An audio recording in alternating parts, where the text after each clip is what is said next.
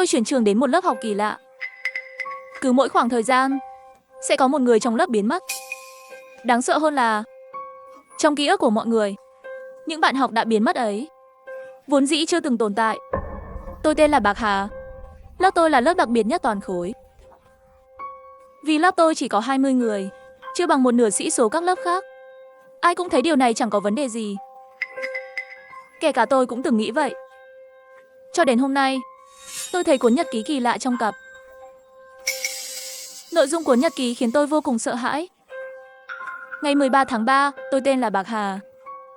Nếu bạn cũng là Bạc Hà và nhìn thấy cuốn nhật ký này, thì điều đó có nghĩa suy đoán của tôi đúng. Tôi đang rơi vào một sự kiện vô cùng kinh hoàng. Ngày 15 tháng 3, hôm nay tôi thấy cuốn nhật ký này.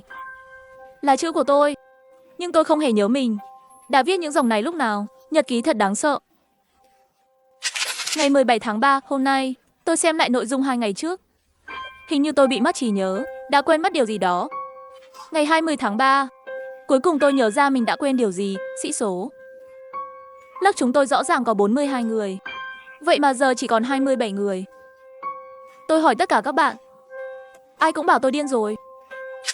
Ngày 29 tháng 3, tôi sắp suy sụp mất. Lại ít đi 2 người nữa, không chỉ đơn giản là người biến mất, mà mọi ký ức về họ trong đầu mọi người cũng biến mất luôn. Ngày mùng 6 tháng 4, tôi có cảm giác sắp đến lượt mình. Tôi phải tự cứu mình. Tôi mua một chiếc máy ghi âm, hy vọng tìm được manh mối mới. Ngày mùng 10 tháng 4, máy ghi âm bị mất. Tôi cảm thấy sự kết thúc đang đến rất gần. Nhật ký dừng lại đột ngột vào ngày mùng 10 tháng 4. Và hôm nay là ngày 23 tháng 4. Trên cuốn nhật ký vừa tìm thấy, tôi ghi lại nội dung sau, ngày 23 tháng 4. Tôi không ổn. Đây là lần đầu tiên trong trí nhớ của tôi thấy cuốn nhật ký này. Tôi thực sự hy vọng ai đó đang trêu đùa. Để tôi đếm xem, hôm nay lớp chúng ta còn 19 người. Tôi ngồi bất an tại chỗ của mình. Lý do tôi chuyển đến trường này là vì người bạn thân nhất cấp 2 tên Hứa Vọng. Sau khi tốt nghiệp cấp 2, chúng tôi học khác trường. Ngày nào chúng tôi cũng liên lạc. Thế nhưng mãi đến khoảng thời gian trước, Hứa Vọng đã biến mất. Đáng sợ là, ngoài tôi ra, chẳng có ai phát hiện ra cậu ấy biến mất. Như thể trong bóng tối có một bàn tay vô hình. Tôi ngoại trừ mọi dấu vết của cậu ấy trên thế giới này. Tôi thường mơ thấy cậu ấy. Trong mơ, cậu ấy không ngừng đập cửa phòng tôi, miệng đầy vết đỏ, khóc lóc cầu cứu tôi. Lớp 10A3, cứu tôi. Khi tôi giật mình tỉnh dậy, tôi kinh hãi phát hiện trên bàn mình bỗng xuất hiện 4 chữ lớn màu đỏ tươi. Lớp 10A3, tôi muốn cứu cậu ấy. Thế nên nhân cơ hội chuyển nhà, tôi chủ động xin mẹ cho chuyển trường. Và thế là tôi đến đúng ngôi trường Hứa Vọng theo học. Đến lớp 10A3, nhưng cuộc điều tra của tôi vẫn chẳng có manh mối. Và giờ đây, tôi có thể đã rơi vào hoàn cảnh tương tự như Hứa Vọng ngày trước. Lớp học kỳ quái này rốt cuộc giấu giếm bí mật gì? Bạc Hà, nghĩ gì thế? Gọi mãi chẳng thấy phản ứng. Một bạn nữ buộc tóc đuôi ngựa cao bên cạnh vỗ vai tôi, cắt ngang dòng suy nghĩ. Cô ấy tên là Diêu Thần Thần, là người bạn đầu tiên tôi quen sau khi chuyển đến, coi như bạn thân. Đáng chú ý là bố của cậu ấy chính là giáo viên chủ nhiệm lớp mình đấy. Thần Thần à, không có gì. Đang nghĩ về bài toán hôm qua cô giảng ấy mà. Bạc Hà, cậu có thấy dạo này lớp mình có gì đó không ổn không? Tim tôi thắt lại. Chẳng lẽ Thần Thần cũng thấy lớp có điểm lạ? Dạo này tôi cứ thấy sau lưng có ai đó nhìn chằm chằm, nhưng quay lại thì chẳng thấy ai. Với lại, tôi cứ thấy lớp mình không chỉ có từng ấy người. Cậu nói xem, con người có thể tự dưng được không? Mất. Nghe nói trường mình trước kia từng có ma đấy. Cậu bảo trong lớp mình có ma không? Tôi thấy sống lưng lạnh toát. Đang định nói gì thì thấy cậu ấy bỗng run giọng bảo tôi. Ha ha, sau lưng cậu kìa. Tôi sợ cứng người không dám nhúc nhích, nhưng đáp lại tôi chỉ là tiếng cười của Thần Thần. Ha ha, dọa chúng cậu rồi nhé. Sau lưng cậu chẳng có gì đâu. Thì ra là trêu đùa. Nhưng tôi cứ thấy cậu ấy hẳn biết điều gì đó. Thần Thần, cậu có biết Hứa Vọng không? Cậu ấy bỗng nhiên ngừng cười, rồi khóe miệng kéo thành một đường cong kỳ dị. Hứa Vọng à, chưa nghe thấy bao giờ. Nói xong cậu ấy quay về chỗ ngồi. Tôi hơi thất vọng. Chẳng mấy chốc đã đến giờ tan học. Tôi đếm sĩ số lớp. 19 người, có vẻ hôm nay chưa có ai biến mất. Tan học về nhà, Trên bàn ăn tôi lại hỏi mẹ, mẹ ơi, mẹ có nhớ hồi cấp 2 của con, bạn thân tên Hứa Vọng ấy không? Từng đến nhà mình ăn cơm ấy. Sao con lại hỏi mẹ chuyện này? Chẳng phải mẹ đã bảo con rồi sao, con chưa từng có người bạn nào tên Hứa Vọng. Câu trả lời của mẹ vẫn y như cũ. Xem ra mẹ cũng quên mất sự tồn tại của Hứa Vọng. Ăn cơm xong, mẹ tôi nói, đi siêu thị mua đồ nấu cho ngày mai. Còn tôi ở nhà rửa bát. Rửa bát xong, bỗng thấy trên tủ lạnh một tập giấy nhớ. Trên đó ghi toàn món con thích ăn. Thế nhưng một tờ trong tập giấy nhớ thu hút sự chú ý của tôi. Trên đó ghi ngày 23 tháng 2. Bác Hà bảo muốn ăn thịt luộc cay. Nhưng mà phần phía sau bị ai đó dùng bút đen bồi mất. Tôi xé tờ giấy nhớ đó ra, định mang về nghiên cứu kỹ. Nhưng ngay lúc đó, tôi bỗng thấy sau lưng có người đang nhìn mình. Tôi quay đầu lại. Trong phòng khách tối om, có một khuôn mặt đang nhìn chằm chằm vào tôi. Là mẹ tôi. Nhưng mẹ chẳng phải bảo đi siêu thị mua đồ rồi sao? Tôi gần như nghẹn ngào, mẹ ơi. Sao mẹ về nhanh thế? Sao về mà không bật đèn? Biểu cảm của mẹ vô cùng cứng nhắc, vẫn đứng thẳng như trời trồng. Chẳng có chút phản hồi nào. Mẹ ơi, con rửa bát xong rồi, con về phòng làm bài tập nhé. Tôi gần như chạy té khói về phòng, rồi nhanh chóng khóa cửa. Vừa nãy đúng là quá kỳ quái. Tôi chưa bao giờ thấy mẹ như vậy. Tôi trấn tĩnh lại, lấy tờ giấy nhớ ra. Phần bị bút đen bôi đi, đúng là chẳng thể nhìn thấy gì nữa. Thế nhưng sau khi quan sát kỹ lưỡng, tôi nhận ra chữ đầu tiên bị bôi đi là chữ Hứa. Khi tôi đang sửng sốt trước phát hiện này, tôi cảm nhận được hơi thở từng hồi phía sau lưng. Tôi cứng đờ quay lại. Mẹ tôi đang cười nhe răng nhìn tôi. Con đang xem gì đấy? Chẳng có gì. Tôi hốt hoảng nhét tờ giấy nhớ dưới chồng sách. Bà ấy cười nhe răng từ từ tiến lại gần. Nói dối không phải thói quen tốt đâu nhé. Tôi nghiến chặt răng, ấn chặt đống sách trên bàn. Chân tay run lên vì sợ hãi. Nhưng mẹ chỉ đặt một đĩa hoa quả lên bàn tôi, rồi quay lưng bỏ đi. Tôi thở phào một hơi. Mẹ tôi trước kia chẳng phải như vậy. Nhưng từ khi tôi nhắc đến Hứa Vọng, mẹ ngày càng trở nên bất thường. Ngôi trường kỳ lạ, người mẹ khác thường, bạn bè biến mất. Tất cả như một bóng đen khổng lồ phủ bóng tối vô tận lên tôi. Đêm ấy tôi trằn trọc không ngủ, suy nghĩ tất cả những điều này bắt nguồn từ đâu. Hôm sau đến trường, tin vui là trí nhớ của tôi không thay đổi. Tôi vẫn nhớ nội dung cuốn nhật ký hôm qua. Tin buồn là hôm nay lớp chỉ còn 18 người. Tôi không thể ngồi yên chờ chết. Nếu không sớm muộn tôi cũng sẽ thành người mất tích. Tôi quyết định lên phòng giáo viên hỏi cô chủ nhiệm Diêu. Là giáo viên, biết đâu cô phát hiện ra vấn đề. Tan học tối hôm ấy, tôi một mình lên phòng cô. Lạ thay, trong phòng chẳng có ai. Tôi đợi rất lâu, không thấy một giáo viên nào ra vào. Cuối cùng tôi nhận ra có gì đó không ổn. Nhìn lên đồng hồ treo tường, thời gian dừng ở 5 giờ 30 chiều. Đúng lúc tôi bước vào phòng giáo viên. Có ai không? Tôi hét lên điên loạn. Xung quanh im lặng như tờ, chẳng có hồi âm. Chân tôi mềm nhũn, ngồi bệt xuống đất. Tôi hiểu, đã đến lượt mình. Tôi run rẩy đứng dậy. Bao chuyện kỳ lạ trải qua thời gian này, tuy đã giúp tôi chuẩn bị tâm lý đủ đầy, nhưng lúc này tôi vẫn vô cùng sợ hãi. Tôi chẳng biết mình đang ở đâu. Không gian song song hay hư vô. Tóm lại, tôi phải tìm cách thoát khỏi đây. Cách bài trí cả phòng giáo viên hoàn toàn giống với trí nhớ của tôi. Tôi mạnh dạn đoán, mọi thứ trong không gian này đều giống thế giới thực. Chỉ khác một điều, ở đây có thể không có người sống. Tôi lục tung phòng giáo viên. Trong một chiếc hộp ở góc, tôi phát hiện một cây bút ghi âm, nhớ lại những gì nhật ký nhắc đến. Tôi nghi ngờ đây chính là cây tôi đã làm mất. Tôi bấm nút phát. Bên trong vọng ra tiếng xèo xèo. Chạy đi, mau chạy đi. Đừng lại gần, đừng lại gần. Tôi sai rồi, xin tha cho tôi. Tôi nghe thấy tiếng la hét của nhiều người. Một giọng nữ hoảng sợ hét, mau trốn vào nhà vệ sinh. Hắn không dám vào đâu, nhưng đáp lại chỉ là tiếng răng rắc của xương gãy. Đoạn ghi âm đột ngột dừng. Tôi nhận ra những giọng nói trong băng chính là của những bạn đã biến mất.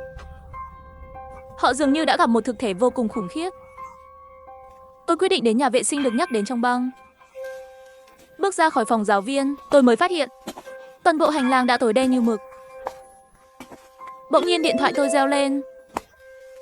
Tôi mở ra xem, điện thoại nhận được một tin nhắn. Nhìn rõ người gửi, đồng tử tôi co lại. Người gửi chính là tôi.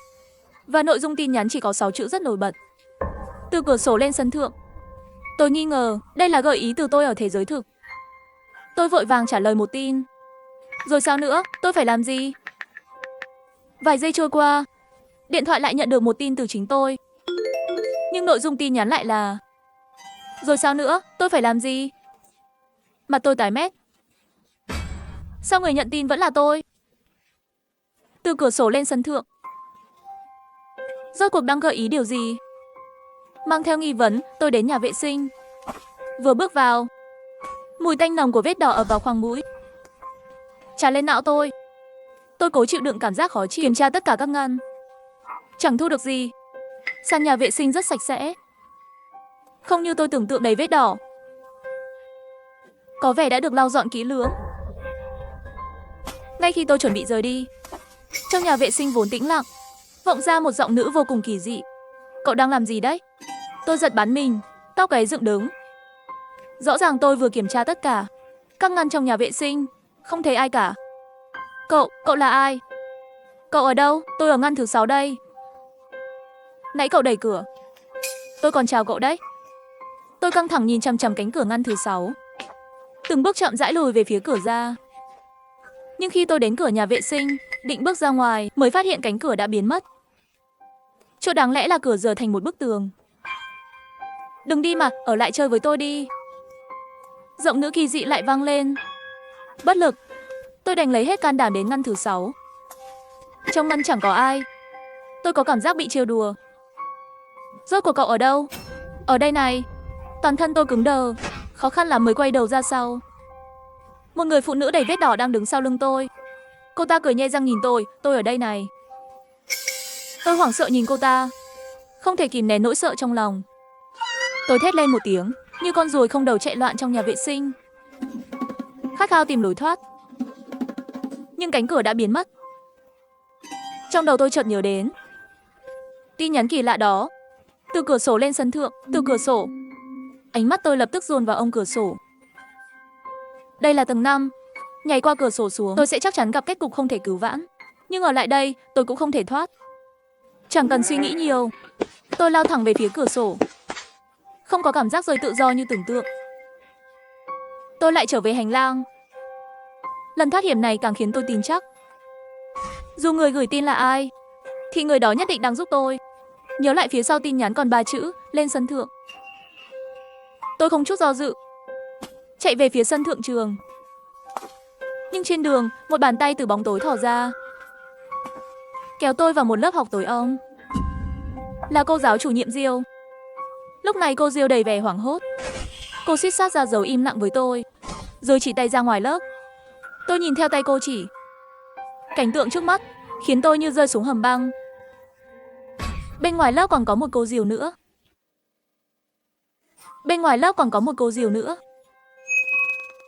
Ánh mắt cô ta đờ đẫn, bước chân lay trên đất, như con rối dây, càng lúc càng xa trên hành lang.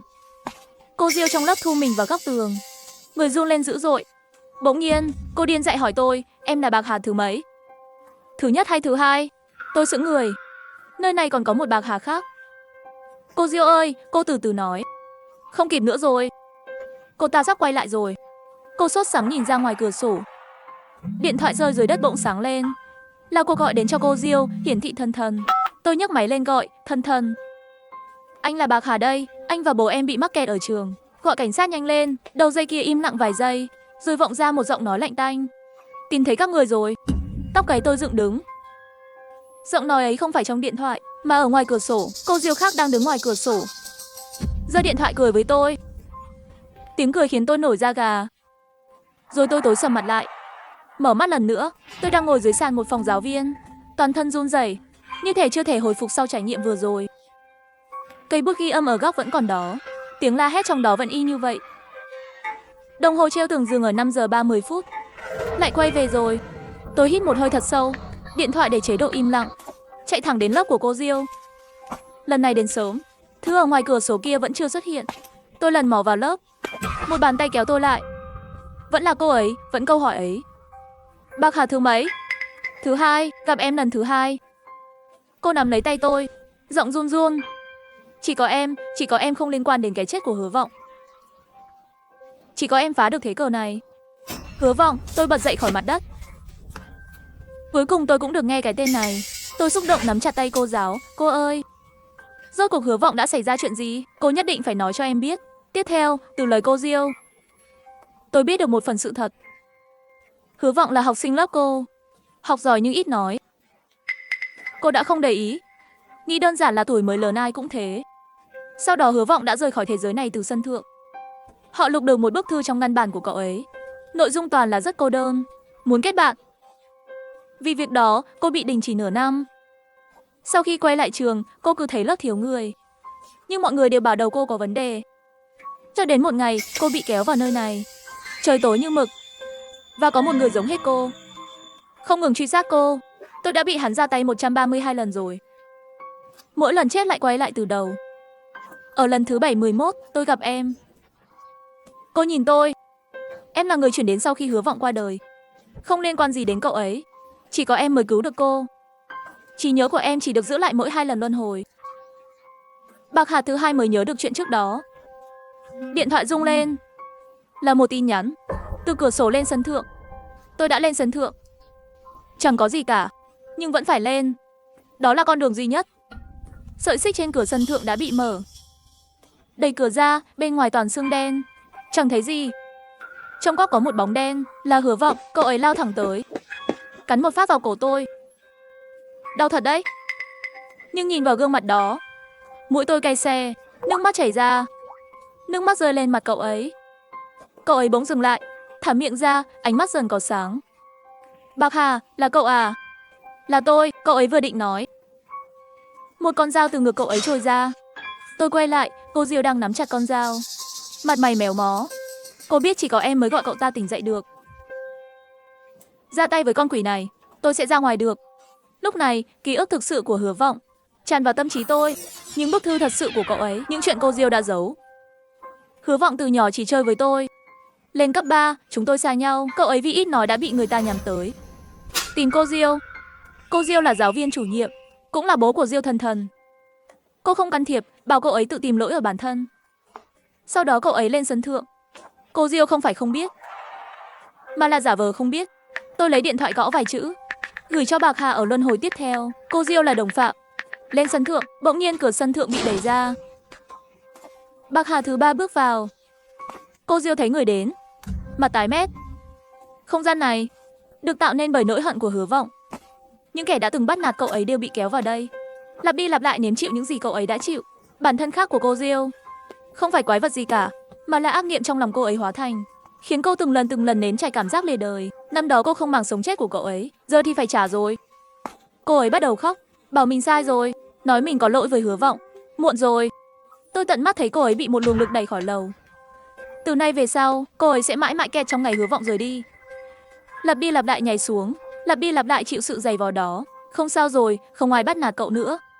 Tôi nhìn Hứa Vọng, cậu ấy cười một cái, màn khói tan. Trời sáng, Hứa Vọng trong ánh sáng trở nên trong suốt.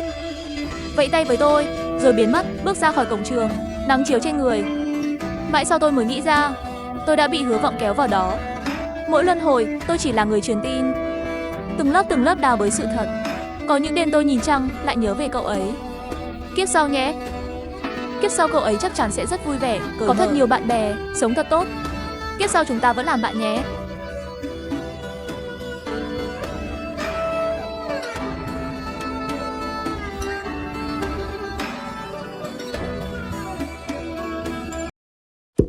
Cảm ơn các bạn đã xem hết video, hẹn gặp lại ở câu chuyện tiếp theo. Đừng quên like và đăng ký kênh ủng hộ mình nhé.